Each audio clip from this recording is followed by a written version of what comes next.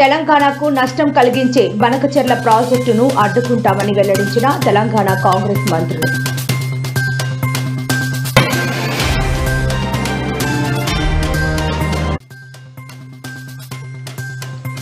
తెలంగాణ ప్రజలకు హెచ్చరిక, high alert ప్రకటించిన వాతావరణ శాఖ.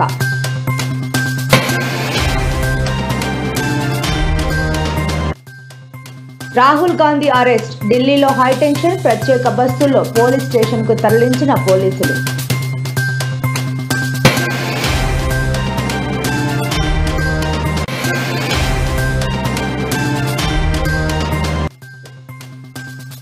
బస్సు ఆపలేదని ఆర్టీసీ బస్సు డ్రైవర్పై మహిళ దాడి, సంచలనం రేపుతున్న వీడియో.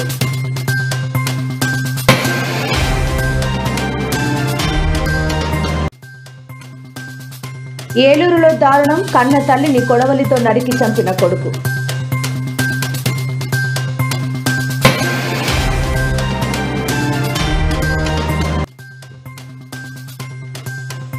అసమర్థ కాంగ్రెస్ పాలనతో తెలంగాణలో తీవ్ర ఆర్థిక సంక్షోభం నెలకొంది అని మండిపడ్డ కేటీఆర్.